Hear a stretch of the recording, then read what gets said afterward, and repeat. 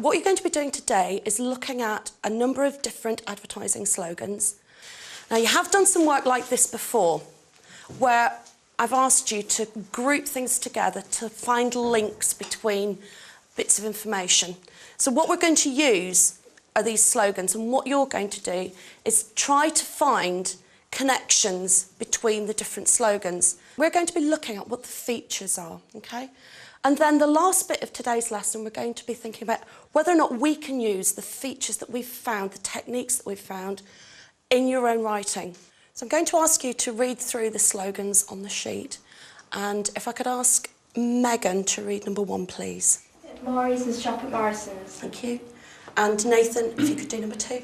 The car in front is a Toyota. The reason I've given you the slogans on slips of paper is so that you can actually see the groups forming on your table in front of you, and you can move them around and you can organise them. And we'll go back to our objectives. We're trying to look for the features of a good advertising slogan. So we're looking at the kind of techniques that are being used, we're looking at the language that's used, and the way that the slogans are structured. What you will then need to do is to record your ideas, and you will record your ideas on this sheet here. And to start you off, I've given you a reason for grouping certain slogans together. Your first job is to identify the numbers of the slogans that fit this category. So you're looking for slogans that rhyme and have a catchy sound, and I'd like you just to put the numbers in there. So you've got 5 minutes. You will get a chance to discuss your ideas, but at this point, I'd like everyone working on their own.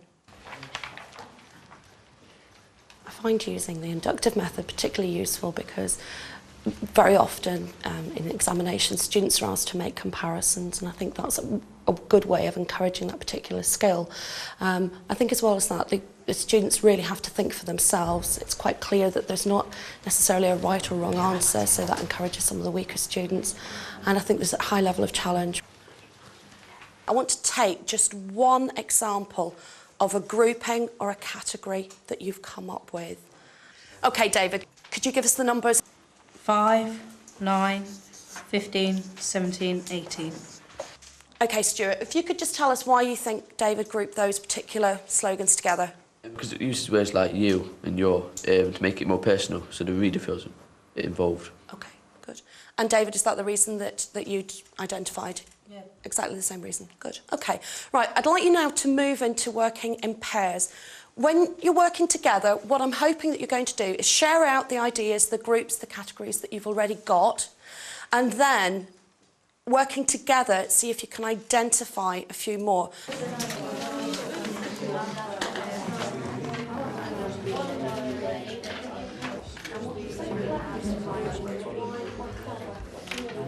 It's using the same words, so here it's very, very, and very, and there it's football and football. Yeah. Like drills it into you, so you remember it. What can we do for you? It's like asking a question. It doesn't really need to be answered. Just throw into the body. Yeah, it's rhetorical, so it like, makes you think about it. These 3 could go together because, like, short and snappy. Yeah, and like to the point.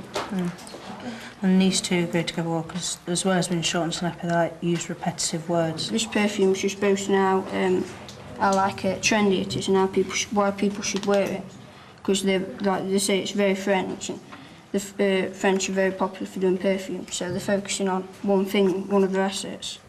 And like Sainsbury's, they sell a lot of foods and sell a lot of things, but they're just focusing on fresh food this time. Just to give you a further opportunity to share out the ideas that you've got and to gather more ideas together, I'm going to ask you to work in 4s. You've now got about 3 minutes just to share out the ideas in the 4s that you're sitting in.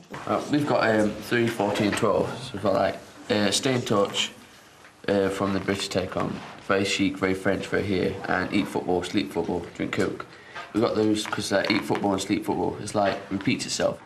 Yeah, and they put football, and Coke, so it makes you remember the product. Have you got 5, 17, 14, the old drinks adverts? I've got 5 and 17, but they're not in with drinks. I've put them in a different group because they use like you and yours, which makes it more personal. Yeah, okay. How about 14, 12, 8, 3, and 19? Because at the beginning of the sentence, one of the words being that letter in 19, it begins with excellence, and the other word, it ends with exercise. So it has the same letter. It's very good. We could also actually have like fresh food, fresh ideas as well, because like Sainsbury's, fresh food, fresh ideas. So you're overlapping a bit two different groupings, aren't you? You've got ones here where it's drilling the product into the reader's mind, but you've also got repeating of words. So what's the difference between this category here and this one? Because the repeating of the words, like the fresh food, fresh ideas, that's not really as good as the other ones, because it's just repeating it, and you have to think about it before you get the actual idea. Had you got repetition as well? Did you focus on that? Did you pick out the same ones as this group? Okay. So what I'd like to do now is to hear some of the reasons that you've come up with for grouping particular slogans together. Emily? 12, very chic, very French, very here.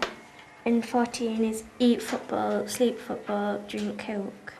And your reason for grouping those together was? Because there's 3 short sentences in each of them, which is like, that's how they're structured. Okay, so the slogan itself is quite short, but it's broken up into 3 small chunks. Okay, so... Excellent, that was really good, Emily. Thank you. David?